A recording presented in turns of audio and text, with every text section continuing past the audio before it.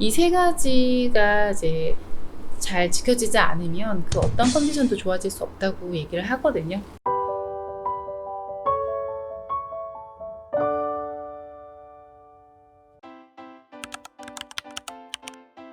오히려 마스크를 오랫동안 쓰고 있었기 때문에 지금 감기 환자가 더 많아졌다고 저희는 생각을 해요.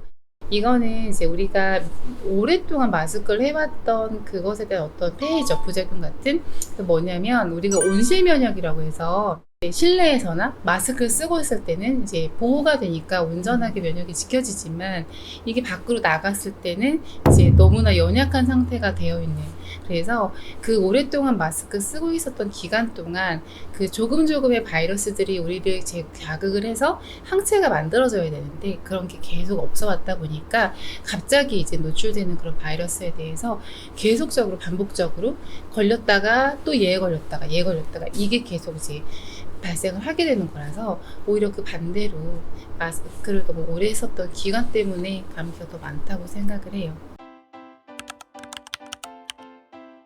일단 반복적으로 어떤 뭐 분해염, 뭐 입술 포진, 뭐 여러 가지 감기를 반복적으로 걸리신다든지 이런 증상들이 있으면 뭐 1차적으로는 뭐 비타민 C를 고용량을 드셔보시고 이제 이런 것들을 해보시다가 그래도 반복적으로 나타난다 하시면 검사를 해보시는 게 사실은 제일 정확하기는 합니다.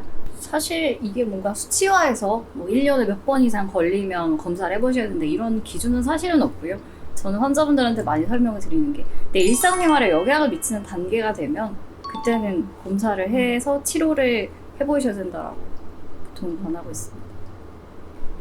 면역을 볼 수 있는 검사들이라고 하면 일반적인 피검사를 통해서 뭐 백혈구 수치가 실제 증가했거나 혹은 너무 감소했거나 이런 것들을 보기도 하지만, 요새는 NK세포 활성도 검사라는 면역력을 간접적으로 알 수 있는 그런 검사를 시행하기도 해요.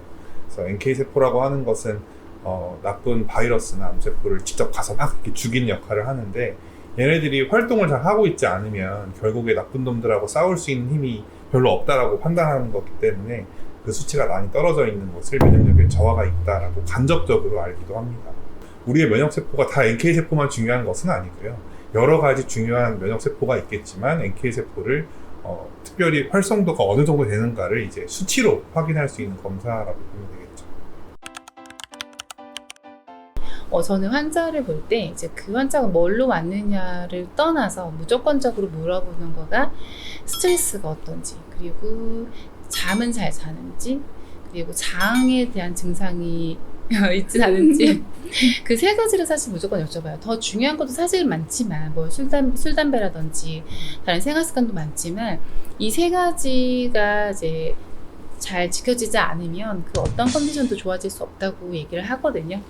스트레스는 내가 뭐 없앨 수 있는 건 아니지만 그것을 잘 릴렉스 할 수 있는 어떤 자기만의 방법이 있을 거라서 그런 방법들을 좀 찾아보는 거, 그리고 장 증상에 대해서 이제 뭐 병원에 올 단계가 아니거나 그렇다면 꾸준한 유산균의 복용, 그리고 그 수면의 패턴을 잘 유지해 줄 수 있는 어떤 습관을 만들거나 어떤 도움이 되는 이제 영양제를 드시거나, 그 세 가지는 무조건 하시라고 얘기를 해요. 하나를 꼽아야 하는 원장님이 좋아하는 거 골라. 좋아하는 거. 저는 먹는 걸로 그러니까. 스트레스를 풀기 때문에 스트레스를 푸는 건 먹는 거 아닌가요? 누가 운동을 하면서 스트레스를 푸나요? 스트레스 받지. 그러니까요. 당연히 먹는 것이라고 생각합니다. 근데 저희 번호께 맞으시는 대학병원에서 동네 병원으로 가라고 권고를 하는 것들이 그런 일상에서의 질병을 지나치지 말고 제대로 상담받으라고 하는 개념이거든요. 그게 이제 가정의학과라는 곳이 또 이제 그런 문턱을 다 낮추어서 일상에서 궁금했던 이런 건강의 문제들을 사소해도 와서 이렇게 상담받을 수 있게 하는 그런 체제이기 때문에, 내가 일상생활에 자꾸 문제가 되는 게 있으면 늦기 전에 더 빨리 찾아와서 더 커지지 않게 예방하는 게 더 중요한 것 같아요. 저는 삶의 질이 좋아질 것 같은데요. 좋아지면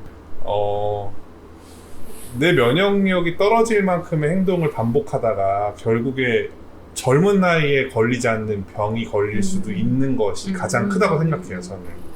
젊은 나이임에도 그 나이 때 잘 걸리지 않는 병을 걸렸었기 때문에 그거에 대해서 얼마나 건강이 소중한지는 사실 겪어봐야 아는 것 같거든요. 그래서 이거가 뭐가 너무나 중요해라고 아무리 이야기해도 본인 혹은 주변인의 경험을 정말 겪어봐야지 안다라고 생각하거든요.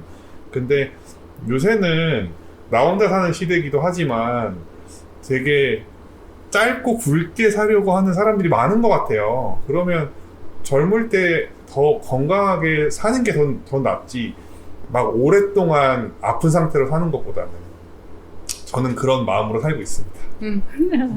면역력이 좋아지면 하고 싶은 일을 더 많이 할 수 있다.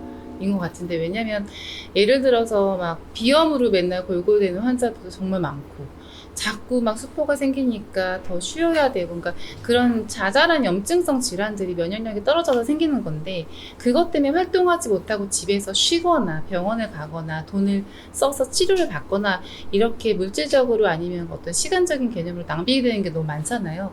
근데 면역력이 좋은 사람들은 그런 시간에 훨씬 더 뭐 여행을 가거나 뭐를 해도 지장이 되지 않으니까 하고 싶은 일들이 더 많아지고 기회도 많아진다.